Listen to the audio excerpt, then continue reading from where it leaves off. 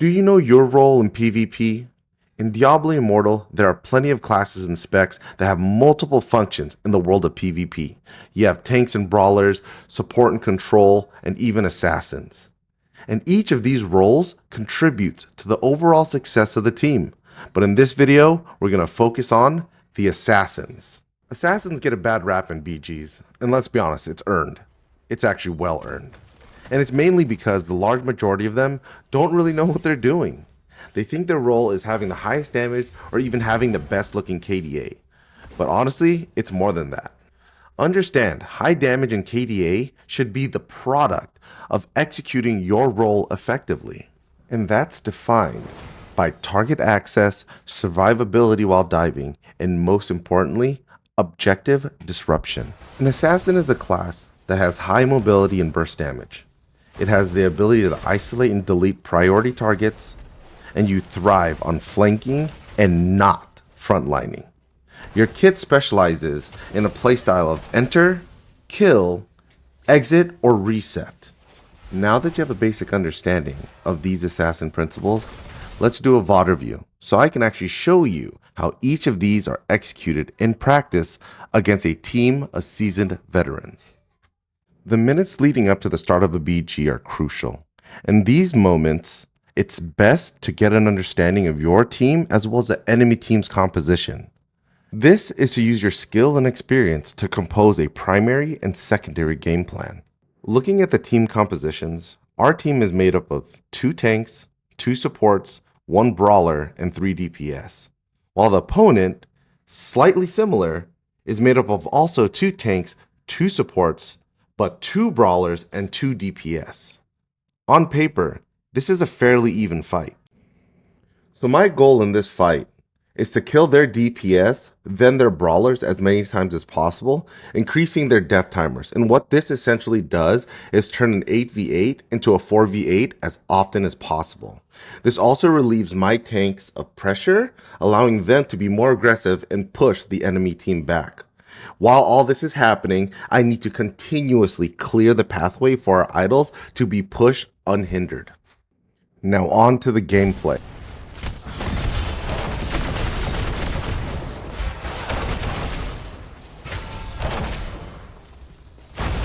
Right now, I'm going to chase one of their main carries. Normally I wouldn't, but he's highly skilled and is a big part of their team's success.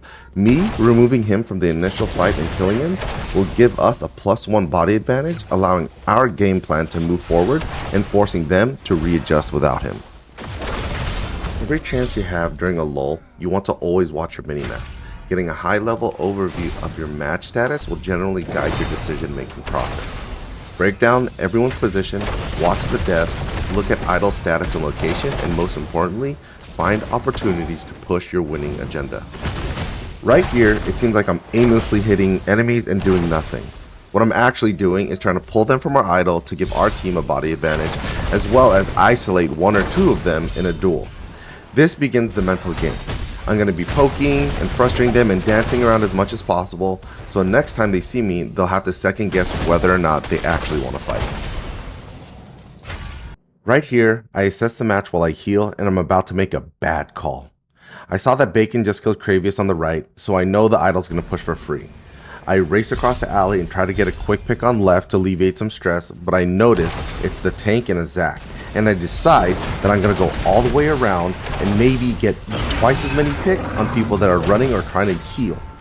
But in this instance, I don't notice Corvus spawning right in front of me. My tunnel vision blinded me, and we end up losing it to the enemy team.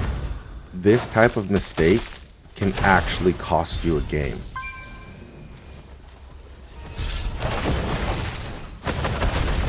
Right here, Bacon makes a brilliant play. He keeps Corvus in the alley so he doesn't interfere with left or right idle push. I have a chance to make up for my previous mistake, and I notice on the minimap the dots movements are telling me that they are trying to disengage and heal. As an assassin, this is an opportunity for me to quickly and efficiently 10x pressure on the left lane by killing everyone.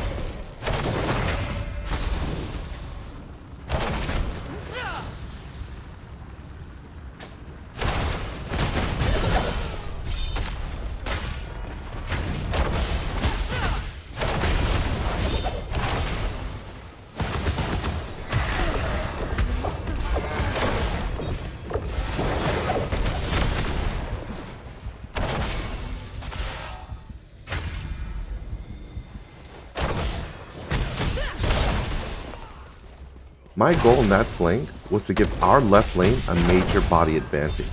This would force the enemy team to choose between right lane that's currently at 90% or stop left lane from catching up.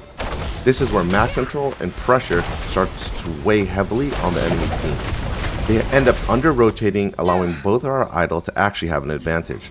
Left lane has too little bodies, and right lane has far too many.